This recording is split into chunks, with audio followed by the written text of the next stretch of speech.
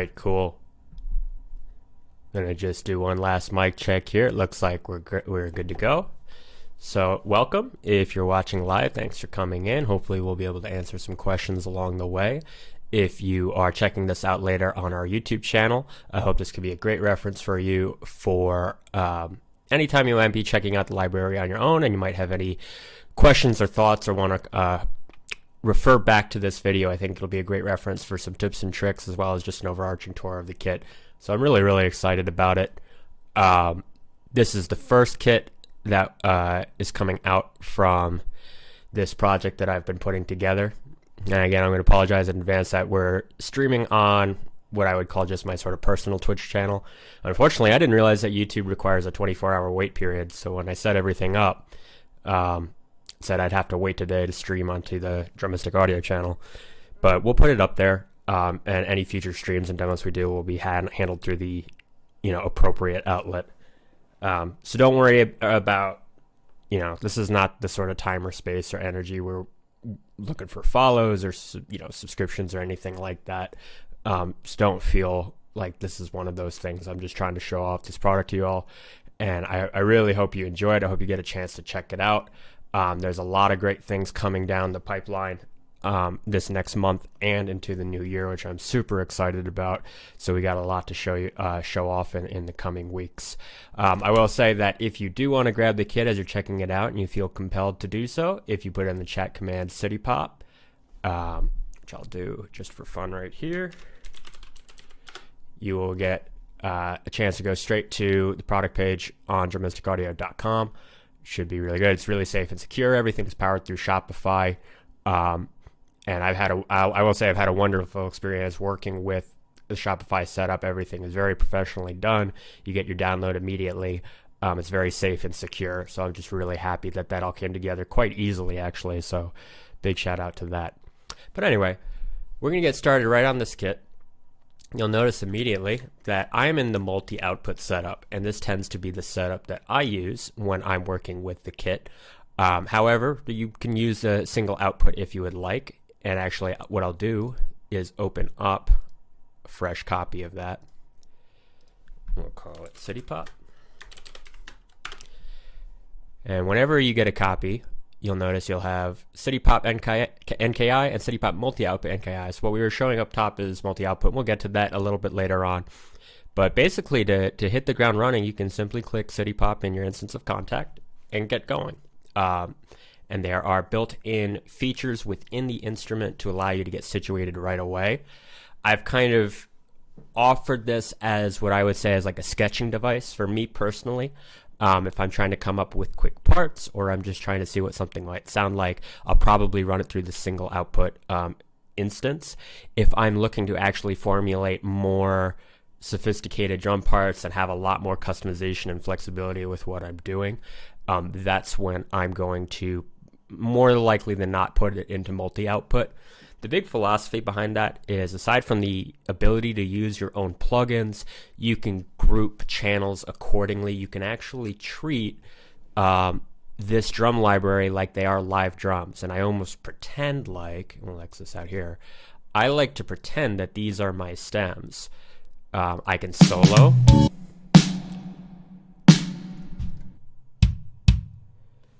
And you can see right away that that's not exactly an option capable within the Kontakt instrument all the time.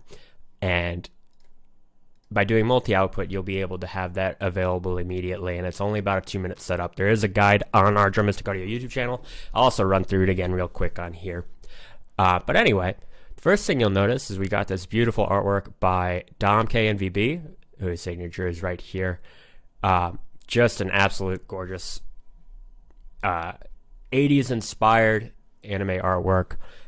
He did an absolutely fantastic job. So big shout outs to Dom. Thank you so much for putting that together. It just looks absolutely fantastic. You'll notice right away it's a very, I would just say, very straightforward, hopefully easy to understand kit. We have labels on everything. Our instruments are color coordinated, and you can have this help menu here where I'm pointing my mouse. Just show you what the instruments are. For example, snare flam, snare one-handed buzz, toms, and we'll talk about how to best use all those.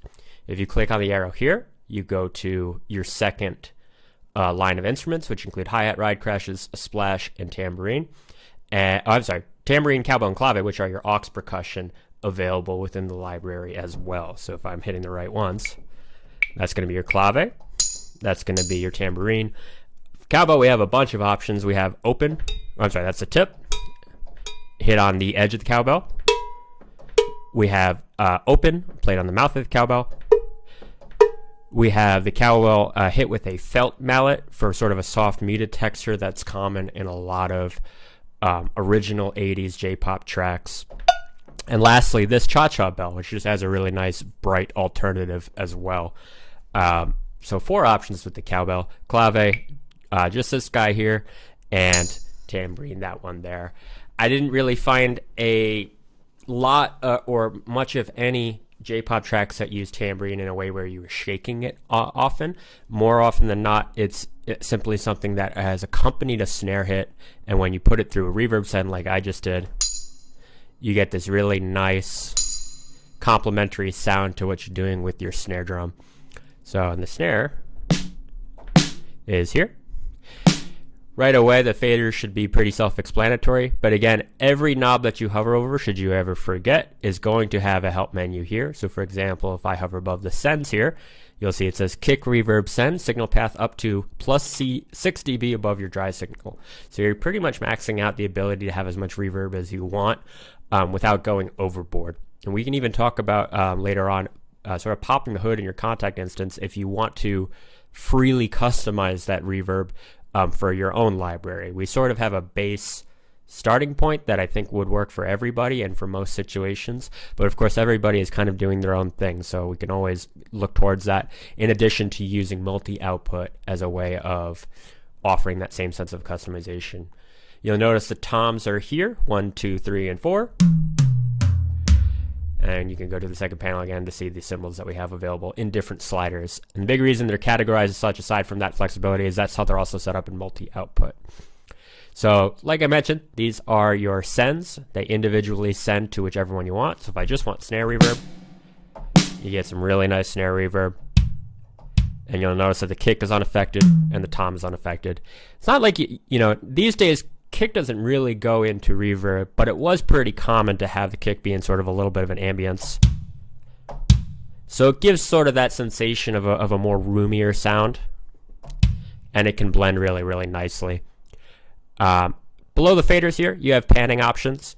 I will say, and this is part of what I was hoping to just give a heads up on some of this, because this was sampled on a fixed drum set, there is some natural panning that happens right away. So for example, the toms are somewhat naturally panned due to just their position within the overheads that were used to mix the kit.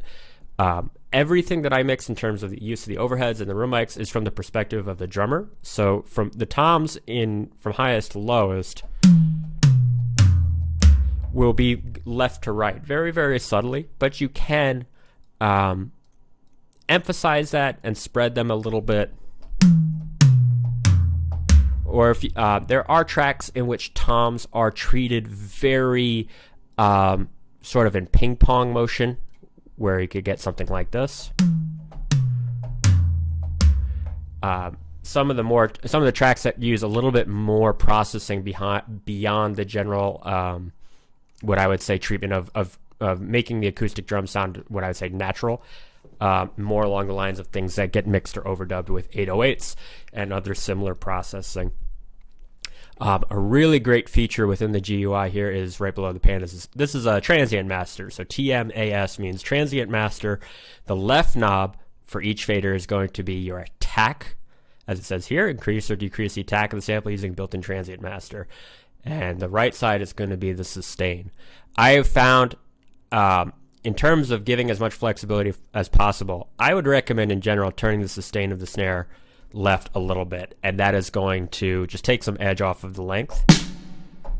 And I'll take off the reverb here. And for any of these commands to restore a default setting, you can either turn the knob. Some of these are a little small, so if you want to restore, if you hit on Windows Control click or on Mac Command click, it'll take you right back to its default setting. In this case, these are 50-50 because these are percentages, either positive or negative.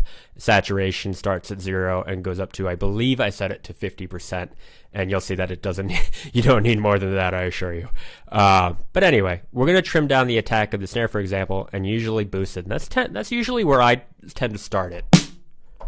And you can hear right away, it's a shorter, flatter sound as opposed to, which gives you a little bit more length. And the way I see it, it was easy to, it's nearly impossible to add length in a way that's natural. It's very easy to take away length.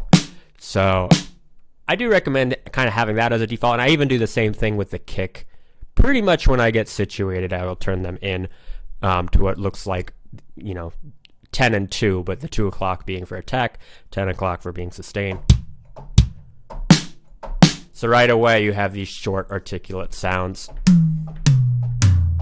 The toms have sort of been pre-attack ADSR treated. If you are going for a really processed, like gated reverb sound that you can do in multi-output, yeah, I would say go ahead and crank up these attacks, because that's going to lend to that sort of slap sort of sound. In addition to doing all this, you can certainly in multi-output also EQ whatever you need to get you a more desired sound. I'll show you what I do with the snare. And actually, I'll just show that right now to even give you another idea. Like I said, I like to treat these like they are live drums. So I've taken, for example, in this demo I did from one of our MIDI transcriptions,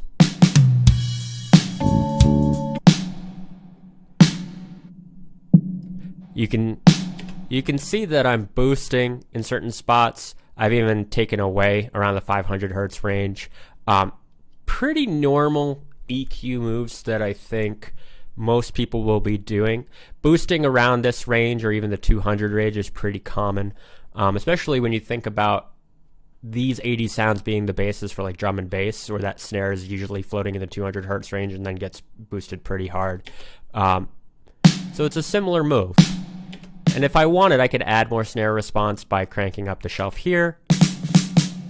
And you can hear how it's giving me more of the snare response. In this case, because I'm emulating some sounds from Al Jarreau, I wanted to take some of that away. But that just speaks to some of the customization that I wanted to offer, just to make sure that you have everything, every tool available as if you were, treating this like a live kit.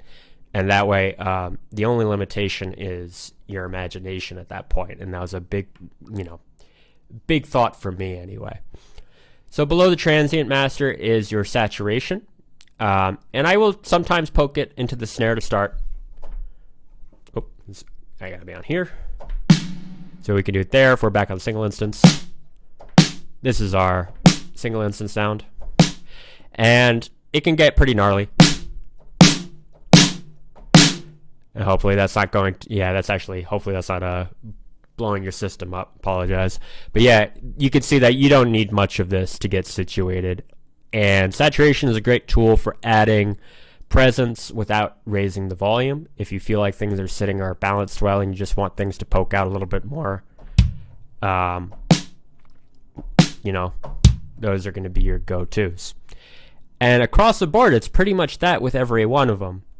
I can't say with, in all honesty, I'm using things like the saturation on clave, just out of curiosity. Like, it's already a very tight and poignant sound. The option is there just for the sake of uniformity. Same with the Transient Master. So, every tool is there in terms of just being available as an absolute, backup just in case. The reverb does work really nicely. If you have ever listened to, like Plastic Love, for example, it will boost tambourine and clave into whatever reverb they have. So if I combine that with the snare, and if I put the reverb on the snare as well, maybe about here, you can hear how you're facilitating and accompanying a really, really nice sound. And you can even further augment that with your favorite 808 clap sample and sort of use the same ideas that are pretty common throughout a lot of 80s pop playing for both drums, electronic and acoustic drums. So that's pretty much the interface in a nutshell. Again, I can restore all the settings just by control clicking, or simply Xing out and restarting, and it'll bring everything back. Same goes for the faders. Faders will go up to 60 dB above, and can go, you know, it's pretty much a standard value range that you'd expect with the fader in your main window. So if you are using this in a single instance, of course you're going to want to use everything within here to provide proper balance. So you have that available if you so desire. So what else could we talk about within this before moving on? Oh yeah, dynamics. And actually we can just sort of walk through all of this. For most of these instruments, they are mapped to 7 dynamics. So there's, and each of those dynamic layers has 3 distinct samples played in round robin. Round robin made a huge difference during the programming phase of this in terms of providing a sense of realism. So for example, if I play the max out Tom 1, they are actually 3 different samples. And just to be sure, yeah, you are hearing this, okay.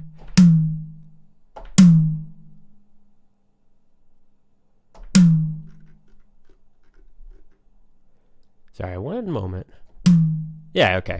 I was just looking for the proper mixer, make sure you guys are actually hearing that.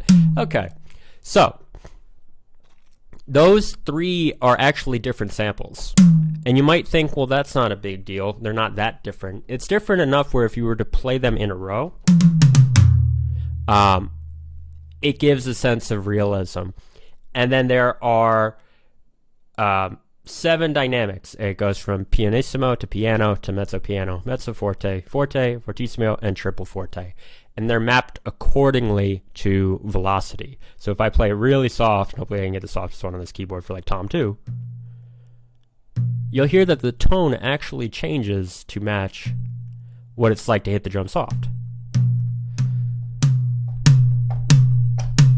So you can scoop and you can play with a certain sense of dynamicism and realism that an actual drummer would be playing. And I'm going to go to open the mapping edit here in the back of the instrument to just show you how everything is mapped. These are the hi-hats, for example, and our velocity ranges. So they're a little different for the cymbals. Let's see if we can, I think snare will be good to go. Yeah.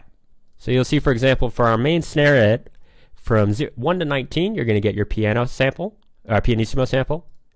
20 to 39 is piano. 40 to 59 is mezzo piano. Mezzo forte at 60 to 79. Forte at 80 to 99. Double forte at 100 to 119. And then sort of, if you absolutely need that slap, triple forte is available for all the instruments as well. The default, at least for Cubase and Logic, it tends to linger on 100, which means you're going to get the double forte to start. And I sort of just adjust a taste from there. And the nice thing is that because they're in groups of 20 more or less, you can just do some very quick math to cycle, to either scroll and adjust things by 20 for everything you're doing and just see how the touch affects the overall sound you're going for. One thing I have noticed is in order to sort of match the style of the drummers of the time, it was very common to play the drums lighter and turn up the gain. Now, it's not necessarily the case in this instrument here, where I have it at 127. But if I do put it down to like... It's more common to have that be at a lower velocity and then cranking up the volume from there, which you can certainly do. And we can even try that. I'm going to boost this here. And I'm just going to put this down.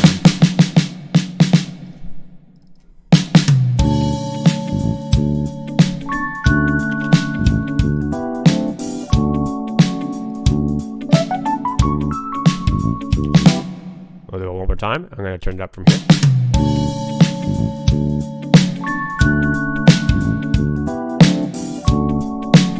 And you can compare that with the sound when it gets to the actual triple forte snare sample. And you can hear how there's a mellower touch to the other one, but it fulfills sort of that sonority. So that's always something that I recommend experimenting with, is adjusting the velocity. And you might think it's not loud enough, but then just turning up the volume from there, as opposed to using the highest velocity sample. If anything, I almost treat them almost not necessarily as changes in dynamic, but changes in tone, with a certain slap that's attached to the higher velocity and a certain warmth that's attached to lower velocity, and going from there. So it's just something to keep in mind. So I think that pretty much, let's see if there's anything else covering here. The hi-hats, yes, that's another aspect of this that I was really adamant about for developing realism. I was sort of inspired by my days playing in cover bands in the Dallas-Fort Worth area, because when I played in those cover bands, there was a lot of top 40s pop music, but oftentimes there were drum tracks built into what we were listening to with our click tracks. And you would think, well, how the heck do you play along to that? There's really not a lot of room for improvisation in those moments. And sort of not lose your mind, you got to find some way to just have a little bit of creativity in what's going on. And what I found is that the hi-hats are a great way to introduce sort of a lot of flexibility and personality, without disrupting the flow of what's going on, especially as different drum parts are intermingled with each other. So that sort of inspired this idea that what if we just had a lot of different hi-hat variations, and you had the ability to be really flexible with how you go about putting them together. They're also distinguished by an octave for the 3 different types of closed hi-hats we have, just so you can A, B, or experiment with whichever one you want a little bit more easily, as well, as you can see here. So for example, if I start with this one, this is sort of the medium closed hi-hat. And maybe that length is still not tight enough for you, so you can go an octave lower to what's called the ultra tight. And like, okay, maybe that's a little low in volume because we're at ultra tight, so I'll boost it up.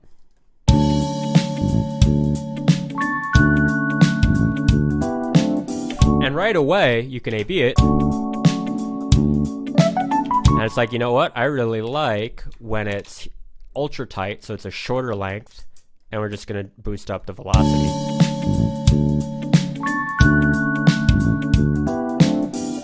So that's sort of the philosophy behind it. And up here is where the open hi-hat sounds are. And you'll see it goes quick because these are timed release. So it just, whenever you release the hat is when the trigger releases. And there's one where you open the hat with just the tip of the stick, and it's sort of a lighter sound, and it goes away instantly. And then this is a more classic hitting with the shoulder, and it's the same deal. So if I do it quick, you hear that it goes away immediately. If you combine it with either the foot close or a normal hi-hat hit, you'll get a very natural sound. So if I do, and that's just me cycling between the two.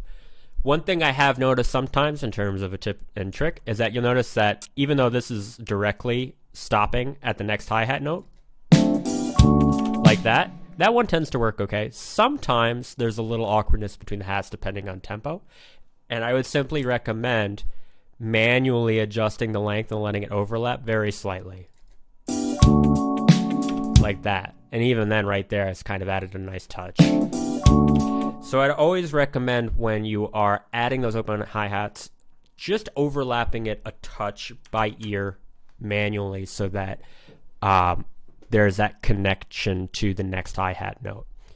You'll also notice the way that for each of these hi-hats, the ultra closed, the medium closed, and we call this like loose closed, where my foot barely was on the pedal.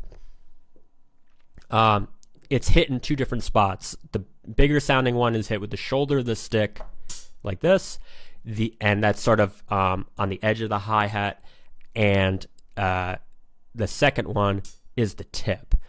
And so often, because if you think about the motion of a drummer playing, they're not playing every individual note with a single wrist stroke. There's often a compound or, dual motion involved in which you are hitting 2 notes with one fluid motion, and you're hitting with the shoulder, and then as you come up, the tip of the hat is going to hit the top of the hi-hats as well. And that's what lends to this difference in articulation, and it gives us this really nice texture and feel.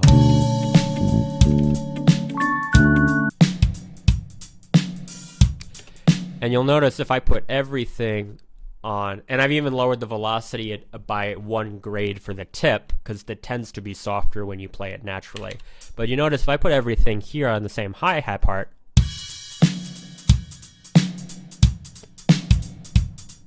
it sounds very mechanical, which if you're going for that, great. But I would honestly say that this kit does not excel in terms of going for a mechanical sound.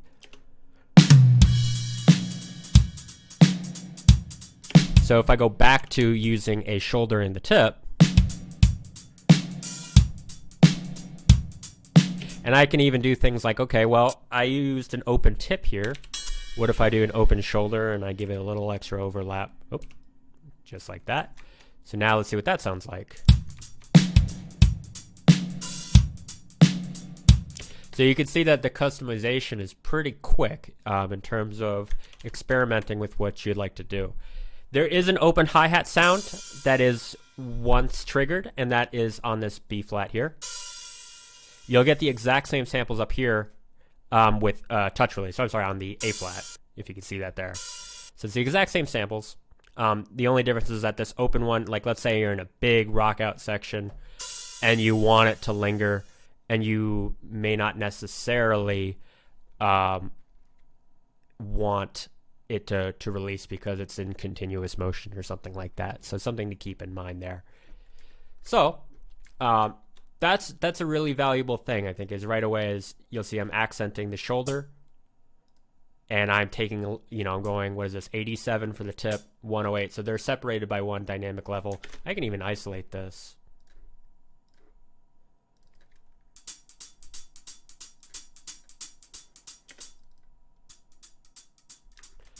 And then I can even bring it up to, we'll call this the open loose.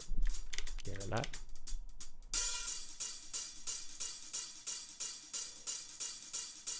And so the ability to audition can happen really, really quickly in terms of auditioning which ones you want to use and just simply cycling between them by moving up or down an octave in your DAW.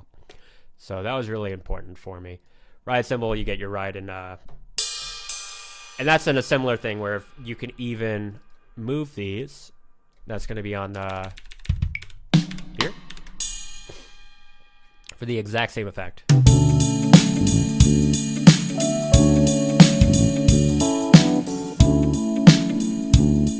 Is that when you think about approaching this instrument in terms of motion and how an actual drummer would play, the better off you're going to be in terms of understanding like sort of how a drummer will move to achieve certain sounds around the cymbals, or playing the snare drum, for example, and choosing how to approach those things will sort of dictate the believability of this kit. And speaking of believability, there is I just wanted to also shout, there is a rimshot sound here on this E flat. I added that because a lot of drummers, like when they get a little rambunctious in their recording sessions, or maybe they're soloing live, they, you know, sometimes rimshots happen, but typically speaking in this genre at this time period, they were often avoided. Heck, even the snare drums were tilted downwards just to make sure that drummers wouldn't unintentionally hit them. But they do exist. They're sometimes played. I would say in general, I added it for the sake that I've heard that sound before. 99% of the time, any snare hits you're going to do in this style, I would simply use the regular snare hit. So I hope that clarifies anything. And it's also one of the reasons why it's over here as opposed to being with the rest of the snares. It's more of like an effect, and I would say, you know, for the most part, you're not going to need it, but it's there if you need that color all of a sudden. I'm going to take just a moment to see if I can get rid of this bot and chat, because that's frustrating. And I'm not the best with this, so we'll see. Just take a moment.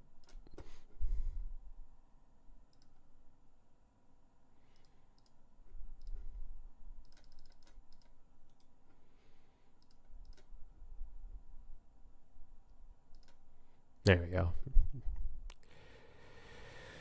There we go. Easy enough. Turns out you just got to click on the name. That was way simpler than I thought it would be. Okay, back to it. Okay, so why don't we move on to multi-output setup and getting this going. And I'll even, I'll create a new one from scratch again, just so you can see the process thread. There is the full setup guide on Drummistic Audio on the YouTube channel. Basically, you'll need to create a multi-output Kontakt instrument and create those multiple stereo outputs inside your Kontakt instance. So in Cubase, that's best handled by building a rack instrument. Should be here, add rack instrument. So you go to Kontakt, because that's where we're loading it. You're going to create a MIDI track. This is the quick version. You click on this icon to view your outputs. Usually, by default, Kontakt only has, I believe, stereo outputs 1, 2, and 3, 4. We need 10 total stereos to match the 10 outputs of the instrument. So if you click here, you can go through this process. You go to 10. You check all these. You can make it default if you want. That doesn't really matter. And also starting with stereo 1, you hit OK. Nothing's going to really happen here. It's going to look the exact same because that's what it's already set to. And that's it. And then you can go to multi-output. And the difference in this GUI is you'll see below each label, now you have 1, 2, 3, 4 for the toms, 5, 6, hi-hat, 7, 8, so on and so forth. And those are linked to the stereo outputs here in your Kontakt instance. So to view them in your main window, you go here. It's linked to this one. Sorry if it's a little confusing. We obviously have an instance already loaded. But you go back to here and you go to activate outputs, at least for Cubase. You shift click and you can view all of them. And those are all your outputs as if you were doing it up above. And I'm going to leave that be because obviously we have this already labeled. The labels do need to be specific and in this order. In terms of this, the first one will always be your kick, snare, toms, and so on because they are fixed within the instance as such. So just being sure that they're assigned to those. The only thing that would happen is otherwise is that if you mislabel them, where like let's say you swapped kick and snare unintentionally, you would just immediately realize that when anytime you played your kick, you're gonna see in this window it's gonna pop in that, and so it's an easy fix if there's any mistakes to be made. But through that quick of a setup, now you can do things like EQ because you're on an individual snare track as opposed to a single instance where an EQ would affect the entire drum kit. So now I can EQ the snare. I can EQ the toms if I wanted. I could put the toms through a compressor. I can put all the cymbals through an overhead bus, send the bus to parallel compression. I can send a whole kit to parallel compression. I could send toms and snare to gated reverb and kick to a normal reverb. I can send just snare to a reverb. I can add just snare to delay. Like let's say I'm doing something along the lines of Everything She Does Is Magic by The Police. You can send snare with the rim knock into a, let's just pick a delay. Let's try Replica XT just for fun. If it'll load. Yeah, it might be a little slow because of the streaming. Go to straight. He is, oh, right here. Let's try 16ths. And it's not going to affect the rest of the kit. So all of a sudden, the world's your oyster when you have everything set up in multi-output mode. And there's a lot of great things that can happen. An additional thing I usually do, you can do this, it's a little extra step in Cubase, but you can add a drum bus. And now you have a master fader. You can do the same thing in Logic or any other DAW.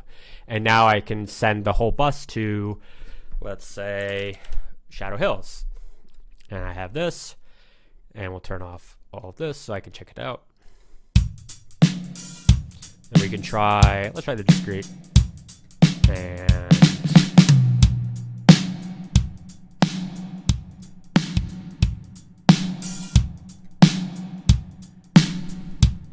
And for those who are unaware, like this is just the level of distortion added. You can do whatever you want at that point. You can use your favorite compressor, your favorite anything. We'll talk about some of my favorites that I've been using as I was experimenting with this kit. And to do that, why don't we pull up, I'm just going to exit this out actually. We can remove these. I'm going to pull up a new MIDI file just to have a little fun with it. And simply go to your MIDI transcriptions folder. We'll do Plastic Love. I've had a lot of fun with that simply because Plastic Love has so many instruments included, including the Aux Percussion. And the tempo on the file says 102. So we'll change it to 102. And now should have. So that's great. I'm going to turn down the cowbell.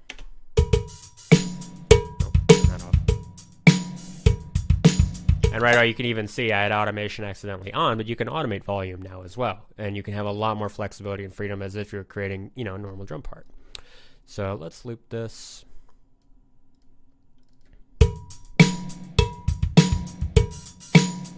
Go. One thing I like to do, you'll notice whenever you listen to some of these records is that sometimes the tuning's a little different. Sadly, within an instance of Kontakt, originally there was a plan for tuning knobs just like this one up top. Unfortunately, individual buses, when they get sent to the tuner, don't just affect the tuning of that bus. It'll affect everything. So it's not exactly 100% optimal to do that in Kontakt. So the way I see it, every DAW also has a stock tuner or a detuner or a pitch corrector. So in the case of Cubase, I just open up FX modulator. I've put on a pitch shifter, and you can see I can lower it. I think this is about 1 semitone. It's not exact with this. I think honestly Logic's detuner is a little cleaner and easier to use. So if you're using Logic, great. Or even honestly the GarageBand one was great. I think you can even access the GarageBand one from Logic. I think it's part of the Apple collection. If you can download it into Logic, and it works phenomenally.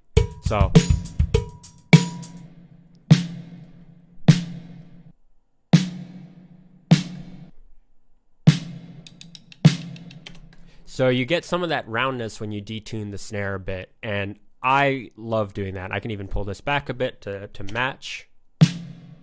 I don't even think I really had to. So it can help to facilitate some of that roundness to just bring the snare down a touch. The way I see it, again, it's just a matter of customization. Not every track needs a snare that low. Cranking a low drum to a higher tuning in terms of manufacturing it with a plugin can make it sound a little unnatural. Detuning it to a lower tone is a lot more forgivable. And so that was sort of the premise behind that decision-making process. So that's one thing you can do. It's also very common, for example, to add a lot of high end. So we'll add a ton of high, and then feed it through tape saturation. So you can do something like Kramer tape. You can add noise if you want. We're gonna avoid noise for now. I found doing nominal for its brightness. I'm sorry, over for its brightness, and then choosing between the record speed or the tape speed, and just adjusting to taste. But you can hear how all of a sudden now.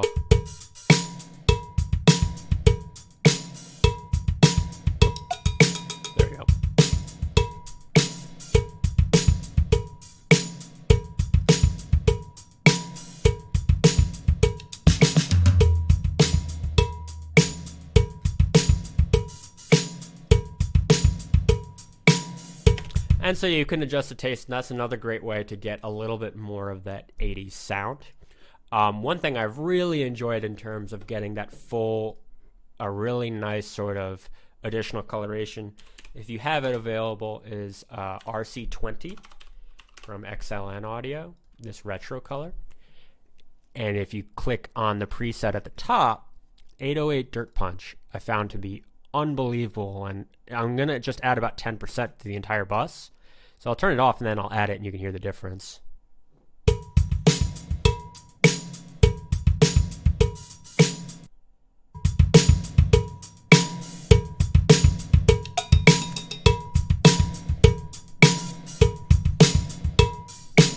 So right away, like to me, that's been a really great preset in terms of just opening up this kit, and it happens to work really well. It's simply adding a little bit of distortion, a little bit of tape distortion, similar to what the Kramer tape is doing, but in sort of a fuller body. Obviously, if you go pretty gnarly with it,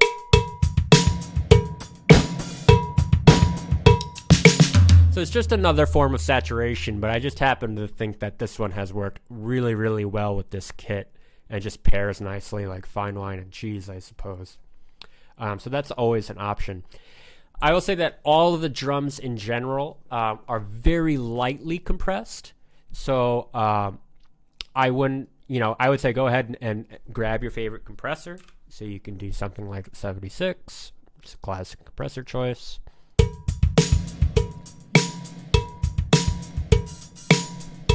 It's really hot. Hold on a second.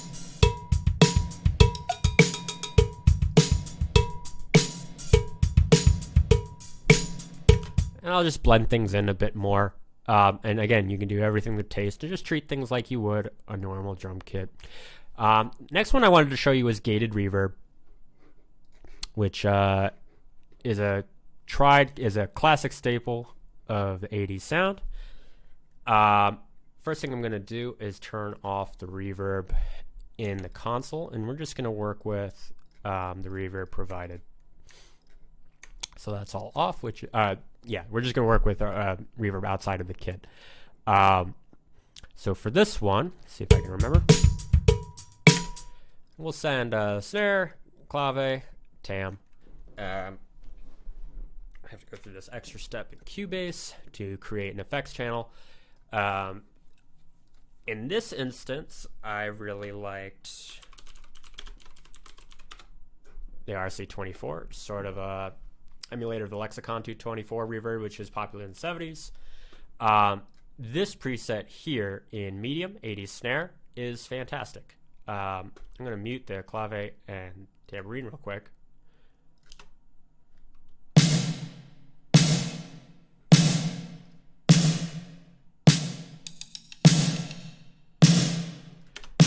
So it's right away, it just gives that really classic reverb sound. I'm going to turn the pre-delay down. I'm going to add a little bit more size.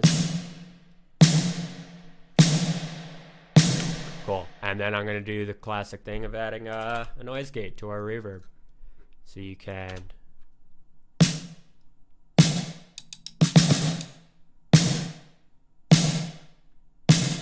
And then we'll do hold. Let's try around here. A little shorter. There we go. So now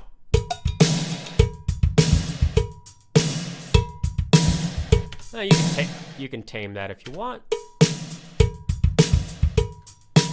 Then I can add the clave and tambourine.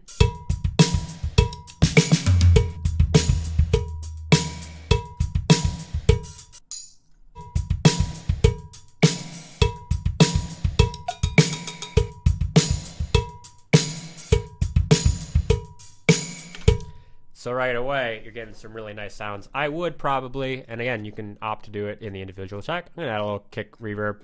I'm going to take away, that's a hi-hat, I apologize.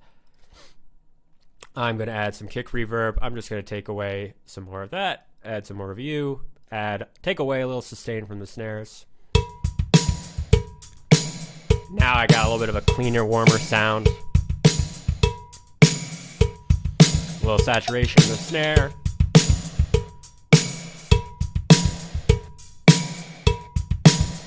Maybe just a touch, see if we can get a little bit more, actually we didn't send it at all. We can send the cowbell to the reverb. And since that's a gated reverb, we could try this one.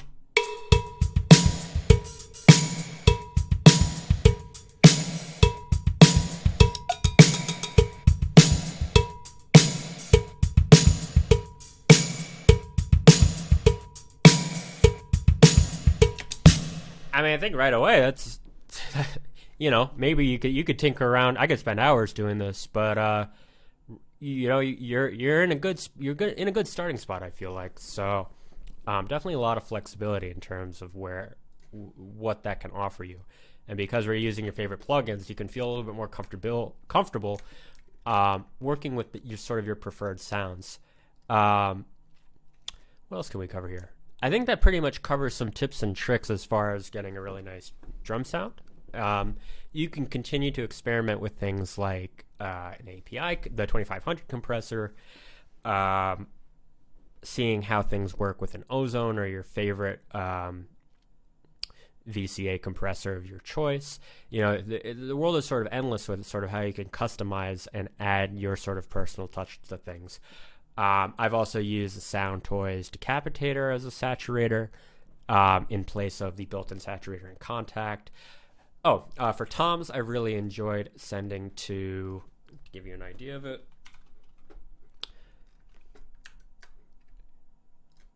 Valhalla plate. Let's see if I can find it. There we go.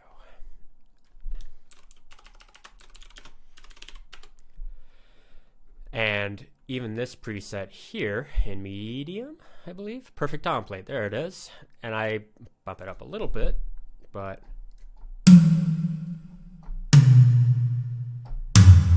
and keeping the pre-delay at 0. And the same thing, you can gate that reverb too if you want. I'm gonna even turn it off.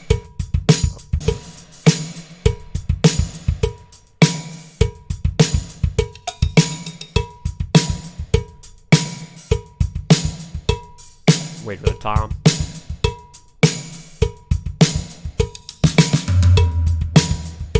And right away I bring the tom down a bit.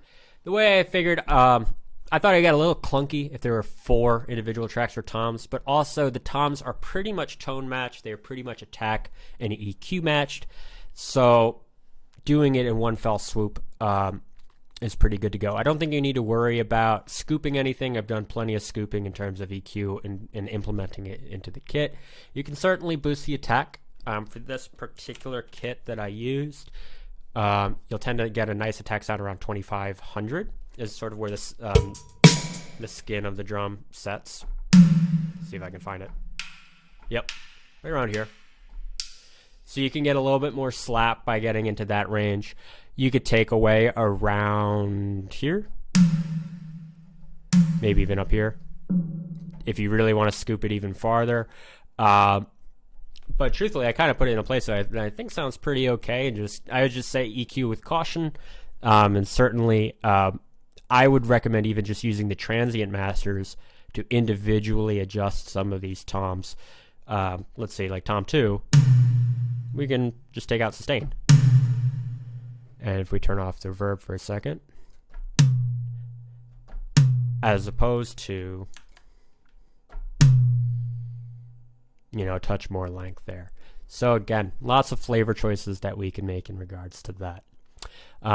Very last thing I wanted to show you is that let's say you are wanting to work within a single instance instead of multi-output and you're sketching, and you just want to be able to have a little bit more customization with how the reverb is treated here, or even the saturation. And you can do that I would say if you're comfortable with going, popping the hood in Kontakt, it's really not that scary. It's like any other library instance, but simply click on the wrench, and you're going to want to look for, actually you don't need to open any of these can all be closed if you want. That's basically what we're doing, is we're popping the hood, and anything that is being coded on the GUI the user interface behind the scenes is activated with the wrench here. So the saturator is going to this saturation, and right now it's just at the level that we have bus 2 at, which is our snare bus. You can see our kick bus. Everything is labeled for you if you really want to kind of go adjust things to your own taste. Or maybe you decide that you love using reverbs outside of your console. You can replace the send with something else besides reverb. You can certainly do that. No one's going to stop you. You just need to make sure you do it for each bus. The reason why they're in buses, of course, is because if we go to our group editor, you'll notice that, again, we're in round robin. So each bus is simply handling a group of 3. All the snare buses is handling snare round robin 1, 2, and 3, and so on and so forth. So, for example, if you want to, let's say, adjust your plate reverb, I've given sort of a starting point on our reverb here. The signal is being addressed by the send knobs, so you don't need to worry about that.